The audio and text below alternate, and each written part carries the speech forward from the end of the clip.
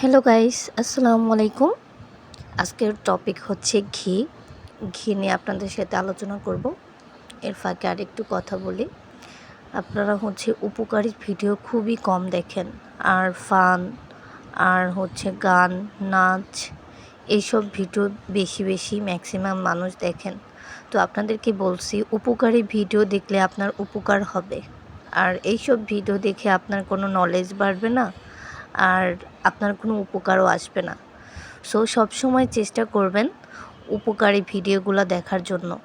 আর আমি ম্যাক্সিমাম টাইমে চেষ্টা করি যে ভিডিওগুলো বানাই, যে মানুষের কোনো কিছুতে যে উপকার আসে বা আমার একটা কথায় কারো উপকার আসুক, এরকমের আমি একটা ভিডিও বানানোর চেষ্টা করি।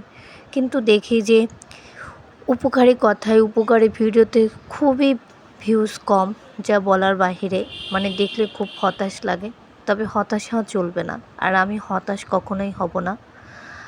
আমার কাজ আমি করে যাব, জানি একদিন হয়তো সফলতা মুখ দেখব।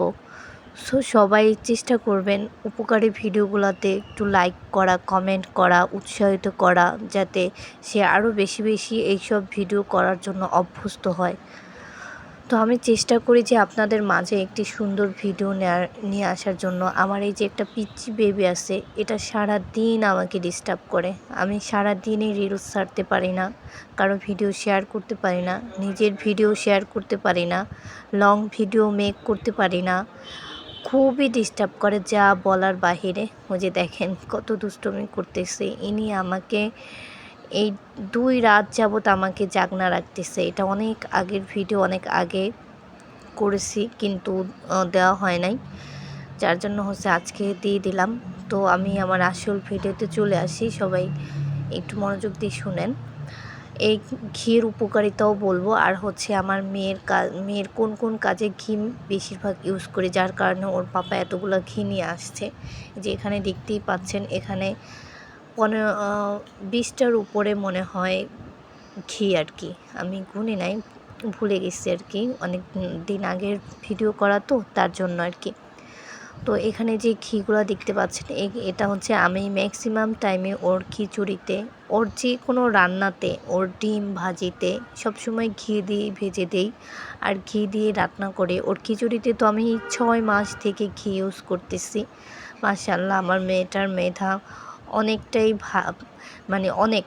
আমার মেয়েটা এতটুক 17 মাসের বাচ্চা হিসাবে বয়সে ও যে এত সুন্দর করে কাজ করে বা আমার কাজে হেল্প করে, বা ও টুকিটাকি যাই করুক, খুবই আমি অনেক খুশি ওর কাজে। কারণ ও মাথায় খাটিয়ে তারপরে কাজ করে যে কোনো কিছু। এই যে রাতের বেলা ওকে উঠিয়ে ঘুমের ভিতরে তারপর আমি ওকে প্রসাব করাই কমোটে, ও একটু বিরক্ত বোধ করে না। আমি যেটা শিখাই ও সেটাই করে। তারপর বাস্কেটের ভিতরেও মাত্র হাঁটা শিখছে আর কি, 2-1টা কথা বলে। যে বলি, আম্মা তুমি ময়লাটা ফালে দিয়ে আসো বাস্কেটের ভিতরে। একবার দেখিয়ে দিছি, সে একবারই তারপর থেকে ওই বাস্কেটেই তার ময়লাগুলো ফালাতে যায় সব সময়। যে কাজ একবার শিখিয়ে দেব, ওই কাজ সে নেক্সট টাইমে নিজে থেকেই করবে।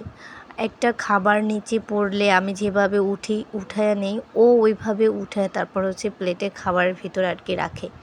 তো ঘি, আমি ঘির কথা বলে অন্য কথা না বলে ঘির কথায় আসি। ঘি একটি উপকারী মানবদেহের জন্য, কনস্টিপেশনের জন্য খুবই উপকারী।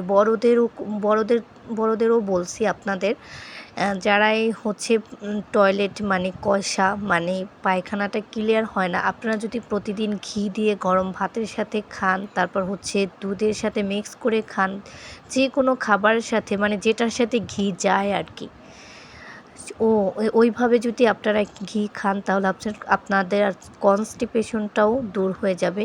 পিচ্চিদের তো বটেই। আমার বাবুর কনস্টিপেশন ছিল অনেক আগে, তো ডক্টরে সাজেস্ট করছে। তাছাড়াও আমি সবসময় চেষ্টা করি ঘি দিয়ে খাওয়ানোর জন্য। সবাই ভালো থাকবেন, সুস্থ থাকবেন।